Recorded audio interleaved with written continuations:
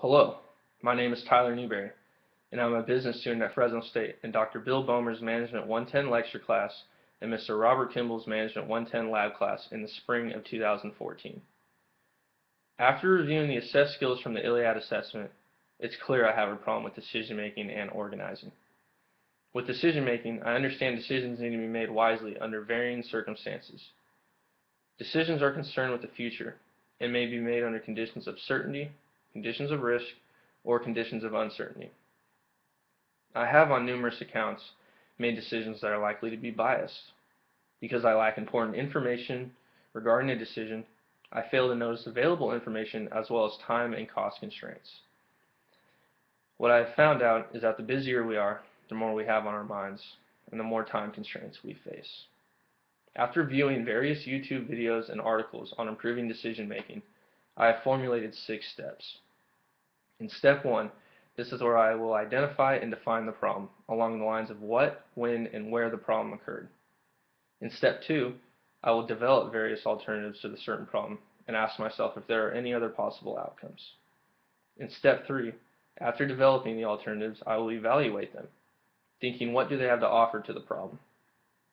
In step 4, this is where I will select one of the alternatives after evaluating them to clear up any gray areas and hopefully biased decisions that would have been made without using these steps. In step 5, this is where I will implement the alternative I have chosen and take direct action immediately. Lastly, in step 6, I will evaluate both the actual decision I have made and the decision-making process. By taking these steps, I feel my decision-making skills will greatly improve, and I will be more careful, because decision-making is more than just making up your mind. I hope to start using this process for the rest of the semester and throughout the next 9 months of the year. I would like to measure my success and failures and follow up every 3 months for the rest of 2014. I never realized how much decision-making skills played into organizing. This is probably why I did so poorly on both of them together in the assessment. What I have taken from the lecture and reading the book is that SMART goals are very helpful in organizing and decision making. SMART is an acronym for specific, measurable, attainable, realistic, and timely goals. Now with organizing, I can use my decision making processes and SMART goals combined to establish a plan that will help me delegate valuable time during my busy work and school schedule. I have decided that since I'm always either using my phone or I have it on me, that the calendar app would be a great idea to write down my school and work schedules weekly.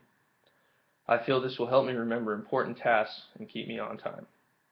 The app allows for alarms to be used to remember important dates and times. What I found out on the calendar app is that it has a vibrating alarm setting, which I thought would be less disruptive to anyone around me when it went off. The calendar app would greatly improve organizing my time management. This way I can look at my calendar any time of the day without having to worry about carrying a planner or other material with me.